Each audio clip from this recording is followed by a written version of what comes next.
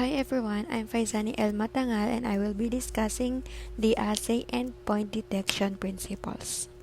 So, what is endpoint? Endpoint is a detection methodologies used by modern coagulation analyzers. Instrument methodologies used for high-volume coagulation and hemostasis testing are classified into 6 groups based on the type of endpoint detection principle. The first one is mechanical clot endpoint detection. Second one is photo-optical clot endpoint detection. Third one is nephelometric endpoint detection. The fourth one is chromogenic endpoint detection or amylolytic. The fifth one is immunologic light absorbance endpoint detection. And the last is viscoelastic clot detection. The first endpoint is mechanical clot. The electromechanical clot detection systems measure a change in conductivity between two metal electrodes in plasma. So this is the viscosimetric electromechanical clot detection. A steel ball oscillates in an arc from one side of the cuvette holding patient plasma to the other. Movement is monitored continuously within a magnetic field.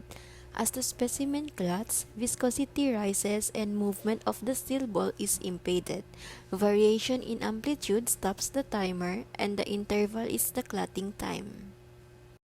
What is PBL fibrometer?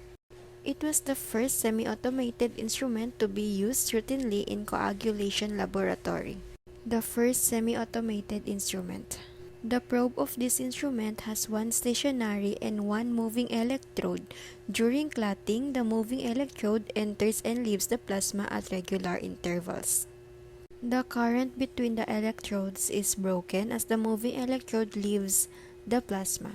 When a clot forms, the fibrin strand conducts current between the electrons even when the moving electrode exceeds the solution. The current completes a circuit that stops the timer. The second one is photo-optical clot endpoint detection. The photo-optical or turbidometric coagulometers detect a change in plasma optical density during the clotting process.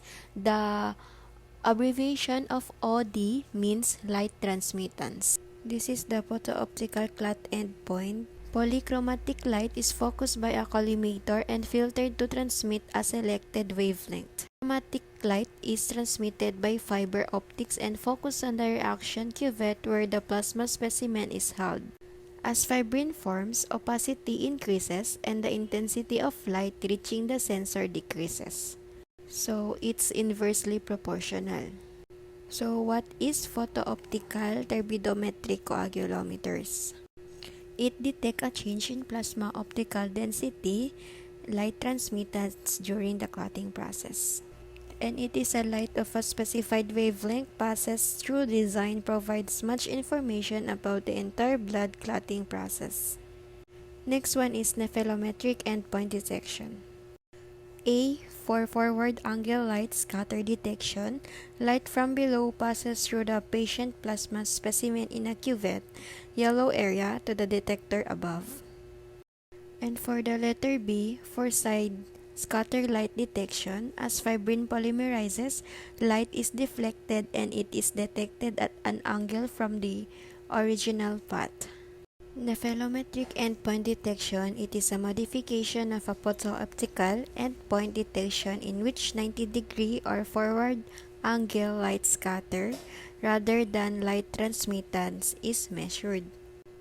A light-emitting diode produces incident light at approximately 600 nanometer and a photodetector detects variation in light scatter at 90 degrees, side scatter, and 180 degrees in a forward angle scatter. Nephelometry can be adapted to measure the dynamics or kinetics of clot formation. Nephelometry was first applied to immunoassays. Next endpoint detection is chromogenic. Chromogenic or synthetic substrate amylolytic methodology.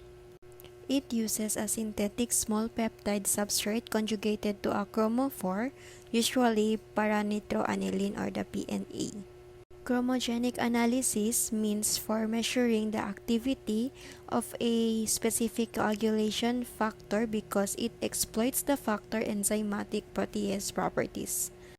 The oligopeptide substrate is a series of usually 3 amino acids whose sequence matches the natural substrate of the factor being measured. The activity of coagulation enzymes is measured by direct or indirect chromogenic methods. When we say direct chromogenic assay, its light transmitted is proportional to the activity of the analyte being measured. For instance, protein C activity is measured by a chromogenic substrate specific for protein C. And when we say indirect chromogenic assay, the protein or analyte being measured inhibits a target enzyme. It is the target enzyme that has activity directed toward the chromogenic substrate. The greater the inhibition of the target enzyme, the less target enzyme that is available to react with the substrate. The change in OD or the light transmittance is thus inversely proportional to the concentration or activity of the substance being measured. This principle is illustrated by heparin quantitation using the anti-factor 10A assay. The second to the last endpoint detection is immunologic light absorbance. These immunologic assays are the newest assays available for routine coagulation testing. And these assays are based on antigen-antibody reactions. It is a latex microparticles are coated with antibodies directed against the selected analyte, which is the antigen, and the monochromatic light passes through the suspension of latex microparticles.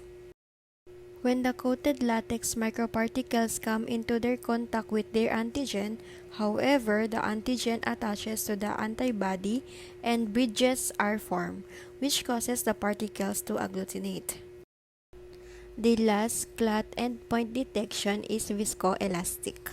The viscoelastic technique used to detect clot formation in the past is still used today in particular instruments for whole blood clotting. These assays are not high volume, but their design provides much information about the entire blood clotting process. Depending on the instrument and assay, information can be obtained on the time to clot, kinetics of whole blood clot formation, clot strength, and fibrinolytic activity. That's all. Thank you for listening.